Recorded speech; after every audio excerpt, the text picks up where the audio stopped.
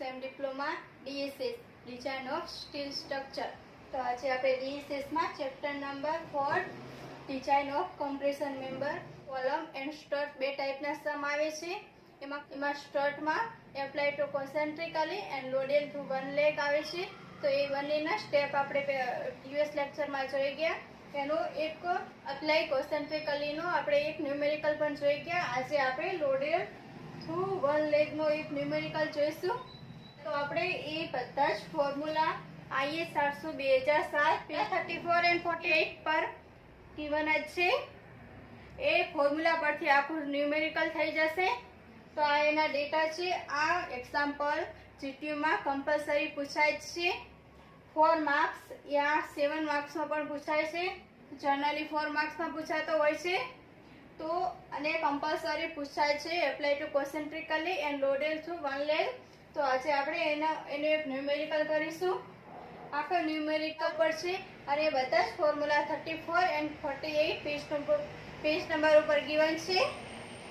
તો એના ડેટા છે. આ ન્યુમેરિકલ GTમાં પૂછાઈ ગયેલું છે.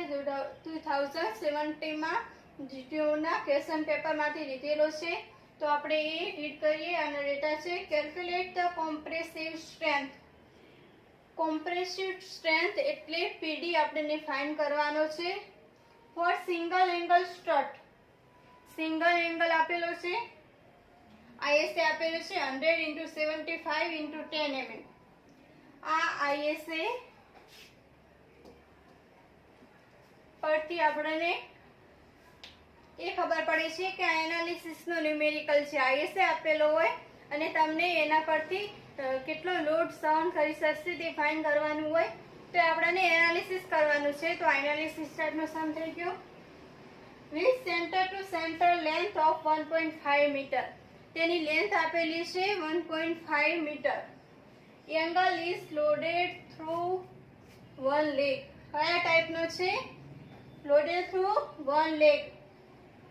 આ તમને આ વર્ડ્સ ક્વેશ્ચનમાં કીધેલું, ડેટામાં કીધેલો હોય છે. તેથી અહીંયા ફાઇન્ડ થઈ જાય છે કે એપ્લાય ટુ કોન્સેન્ટ્રિકલી છે યા લોડેડ થ્રુ વન લેગ છે.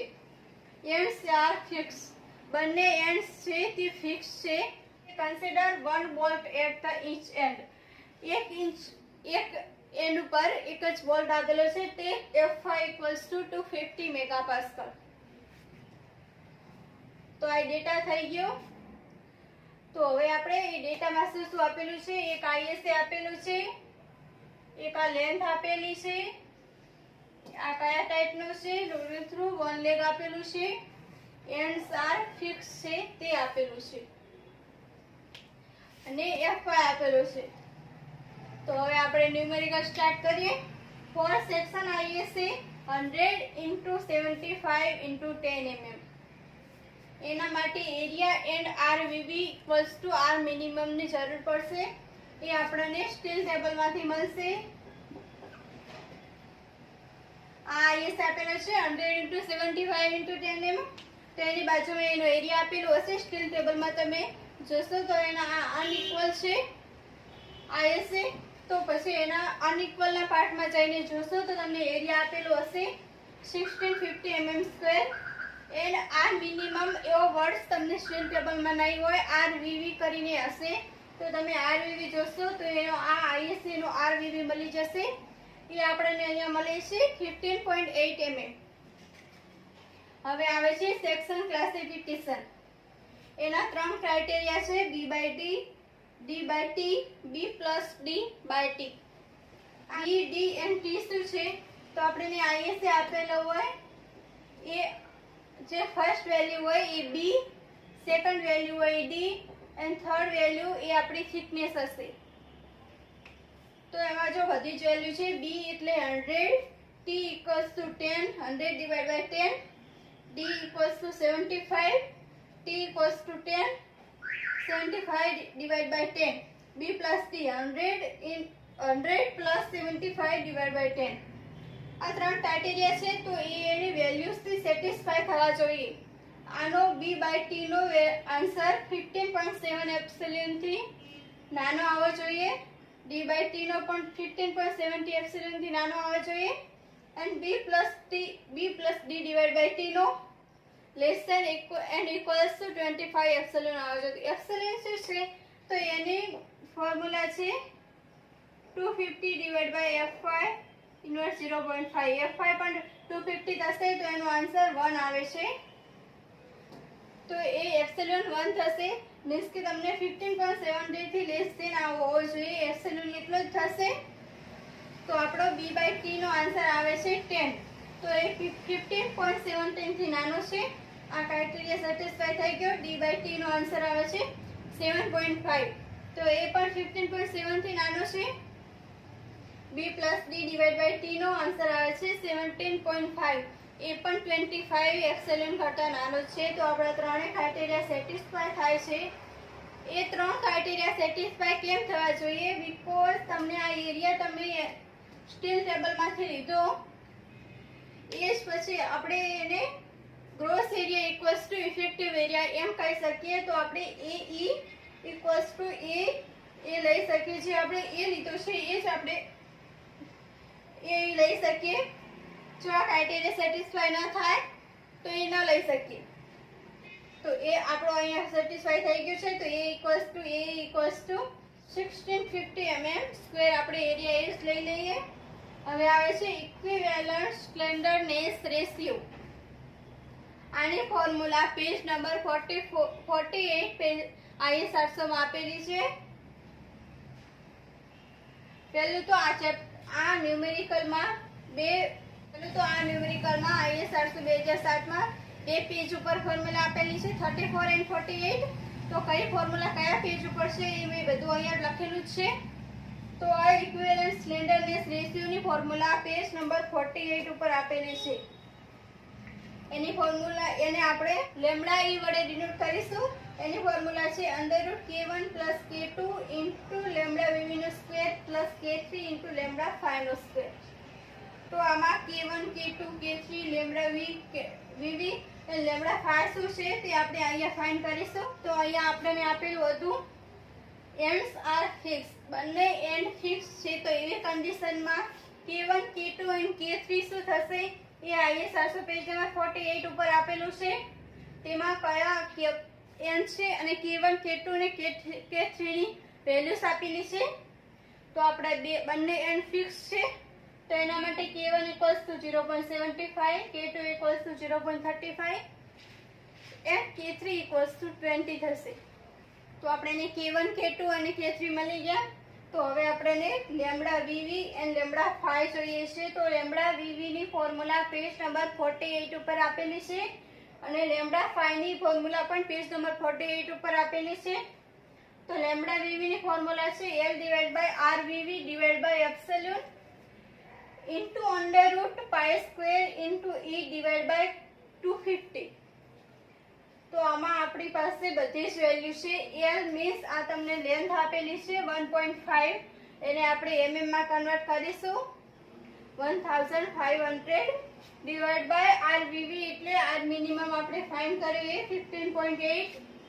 એપ્સિલોન ને અહીંયા જ આપણે જોઈ લીધું એની વેલ્યુઝ 1 આવે છે. ઇન્ટુ √π એટલે π² ઇન્ટુ e એટલે 2 * 10⁵. એની આ જર્નલ વેલ્યુ છે ડિવાઇડ બાય 250. ફોર્મ્યુલામાં બધી જ વેલ્યુ નાખીને આપણને આન્સર મળે છે 1.07. આનો કોઈ યુનિટ ના હોય તો એનો આન્સર મળી ગયો λVV નો 1.07. હવે આપણે શું છે λ5 આપણે ફાઇન્ડ કરવાનું છે. તો આ ફોર્મ્યુલા પણ પેજ નંબર 48 ઉપર આપેલી છે. તો એની ફોર્મ્યુલા છે b1 + b2 divide by 2t divide by epsilon into √π² into e divide by 250. અહીંયા ફ્રેન્ડ તમે જુઓ છો કે અહીંયા epsilon into √π² into e divide by 250 and આ નીચેની અને આ નીચેની વેલ્યુ બંને એક જ છે. તો અહીંયા તમને જો આ રીતે કેલ્સીમાં ન ફાવે તો આનો જે આન્સર આવે એ અહીંયા તમે મૂકી દો તો પણ ચાલે. જેથી તમને બધો ફોર્મ્યુલા આખો કેલ્સીમાં ફાઇન્ડ કરતો ન ફાવે તો અહીંયા જે વેલ્યુ અલગથી આવે ડિવાઇડમાં એ જ તમે અહીંયા મૂકી દો તો તમને ઈઝી થઈ જાય. તો b1 and b2 શું છે તો આપણને આઈએસએ આપેલું છે, એમાં ફર્સ્ટ વેલ્યુ છે B1 અને સેકન્ડ વેલ્યુ છે B2. તો 100 એ B1 છે અને સેકન્ડ છે 75 એ B2 છે, ડિવાઈડ બાય 2 ઇન્ટુ T એટલે થિકનેસ 10, આઈએસએ માં આપેલું છે થિકનેસ એ 10, divide by epsilon equals to 1 into under root pi square into E છે 2 ઇન્ટુ 10⁵ ડિવાઈડ બાય 250. તો આપણે ફોર્મ્યુલામાં બધી જ વેલ્યુ નાખી તો ગામા તો લેમ્ડા હાઈ નો આન્સર આવે છે 0.098. હવે આવે છે આપણને K1 K2 અને K3 gamma lambda VV and lambda phi નો આન્સર બધાનો આન્સર મળી ગયો. આપણે ફોર્મ્યુલાથી ફાઇન્ડ કર્યો તો એમાં હવે આપણે બધી વેલ્યુઝ નાખીએ તો 0.75 equals to K1, 0.35 equals to K2, 1.07 equals to lambda VV plus 20 equals to K3 અને 0.098 equals to lambda 5. તેમાં બધી જ વેલ્યુ મળી ગઈ. અંડર રૂટ કાઢીને આપણે એનો આન્સર લઈ આવીએ 1.16. તો lambda E equals to equivalent slenderness ratio આપણને ફાઇન્ડ થઈ ગયો. હવે આવે છે ઇમ્પરફેક્શન ફેક્ટર આલ્ફા. તો આલ્ફા કેવી રીતે ફાઇન્ડ કરવાનો છે? તો એ બકલિંગ ક્લાસ C માટે આલ્ફાની વેલ્યુ 0.49 થશે. તો એની જરૂર આપણને ક્યાં પડશે? 5 ની ફોર્મ્યુલા છે 0.5 cos 1 plus alpha cos lambda minus 0.2 plus lambda નો સ્ક્વેર. પેજ નંબર 34 ઉપર આપેલી છે. તો આમાં આપણી પાસે બધી જ વેલ્યુ છે તો એનો આન્સર આવે છે 1.41. તો આપણને 5 મળી ગયો. તો 5 ની જરૂર આપણને ક્યાં પડશે? Design compressive stress FCD find કરવા માટે એની ફોર્મ્યુલામાં આપણને 5 ની જરૂર પડે છે. FCD ની ફોર્મ્યુલા પેજ નંબર 34 ઉપર આપેલી છે. તો FCD equals to F5 divided by gamma m0 5 plus કૌંસમાં 5 નો સ્ક્વેર માઇનસ લેમ્બડા નો સ્ક્વેર ઇન્વર્સ 0.5. તો આમાં આપણી પાસે બધી જ વેલ્યુ છે. F5 divided by 250 અહીંયા આપેલું છે તે F5 divided by 250 megapascal divide by gamma m0 એ આપણને 1.10 ફિક્સ વેલ્યુ છે એ લઈ લેવાની, ડિવાઇડ બાય 5 આપણને મળ્યો 1.41 કૌંસમાં 5 નો સ્ક્વેર 1.41 નો સ્ક્વેર માઇનસ લેમ્બડા 1.16 નો સ્ક્વેર ઇન્વર્સ 0.5. તો આ તમે કેલ્સીમાં કરો તો એનો આન્સર આપણને મળે છે 102.27 ન્યૂટન પર mm સ્ક્વેર. આ ફોર્મ્યુલા પેજ નંબર 34 ઉપર આપેલું છે. હવે આવે છે FCD. આપણને ક્યાં જરૂર પડશે? PD ફાઇન્ડ કરવામાં ડિઝાઇન કોમ્પ્રેસિવ સ્ટ્રેન્થ આપણને ફાઇન્ડ કરવાનું છે. Calculate the design compressive strength find કરવાનું છે PD. તો એમાં આપણને FCD ની જરૂર છે. એની ફોર્મ્યુલા છે A into FCD. Any formula page number 34 ઉપર ગિવન જ છે. તો એ આપણે અહીંયા ફાઇન્ડ કર્યો. 3 ક્રાઇટેરિયા સેટિસ્ફાય કરીને નોર્મલ એટલે મીન્સ કે gross area equals to effective area લીધો. તો એ જ થશે આપણો A 1650 into FCD 102.27. તો એનો આન્સર આવે છે 168.75 કિલોન્યુટન. તો આપણો PD equals to design of compressive strength find થઈ ગયો જે આપણને ડેટામાં કીધેલું હતું. આમાં બે જ પેજ નંબર ઉપર 34 અને 48 પર આપણને બધી જ ફોર્મ્યુલા ગિવન છે. કોઈ પણ ફોર્મ્યુલા યાદ રાખવાની જરૂર નથી.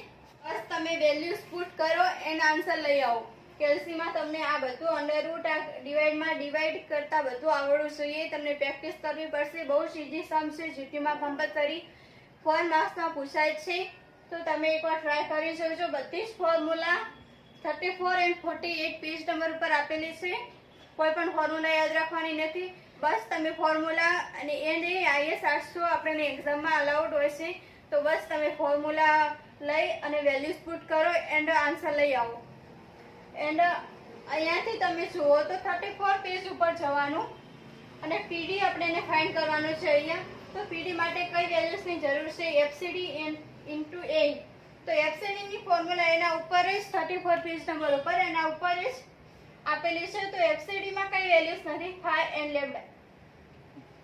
તો ફાઈ ની ફોર્મ્યુલા પણ એના ઉપર આપેલી છે. ફાઈ માં કઈ જરૂર છે, આલ્ફાની. તો આલ્ફા બકલિંગ ક્લાસ સી માટે લઈ લ્યો. એના પછી અહીંયા આપણને લેમ્ડાની જરૂર છે. તો એ આપણને ક્યાંથી મળશે? સ્લેન્ડરનેસ રેશિયો એ 48 પેજ નંબર ઉપર આવું તેના માટે આપણને.